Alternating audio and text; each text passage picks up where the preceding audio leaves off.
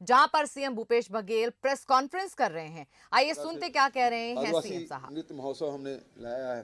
पहली बार किए, फिर दूसरी बार हुआ और दोनों बार में काफ़ी लोकप्रियता मिली है, देश और विदेश में सराहा गया। तो छत्तीसगढ़ के अपनी जो कल्चर है उसको भी देश दुनिया ने देखा समझा जाना है। सर, ये के नए वेरिएंट को लेकर सर क्या तैयारियां हैं? जी, क्या कोरोना के नए वेरिएंट को लेकर तैयारियां सर, और केंद्र से भी कुछ डिमांड है?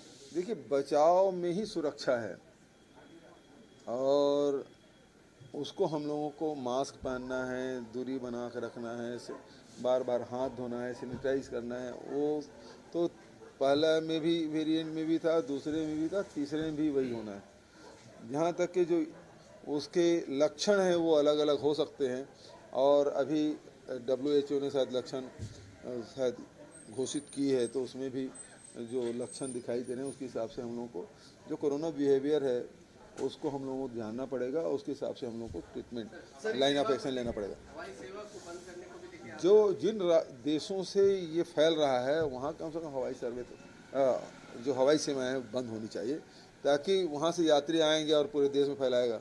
यदि पहले ही लहर में यदि भारत सरकार उसको रोक लेते, छत्तीसगढ़ में सबसे पहले कहाँ से आया?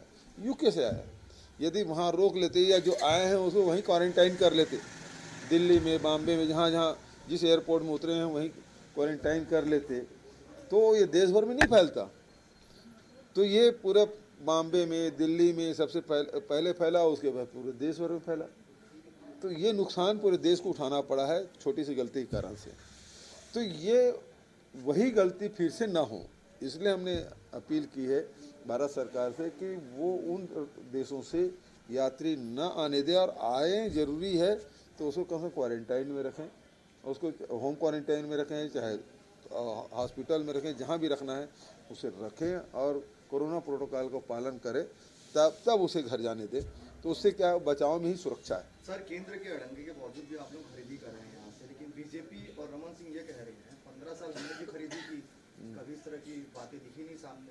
मैं 1 दर्जन पत्र दिखा देता हूँ जो बारदाना के लिए चिट्ठी लिखा है, रेक के लिए चिट्ठी लिखा है, गोडाउनिंग के लिए चिट्ठी लिखा है।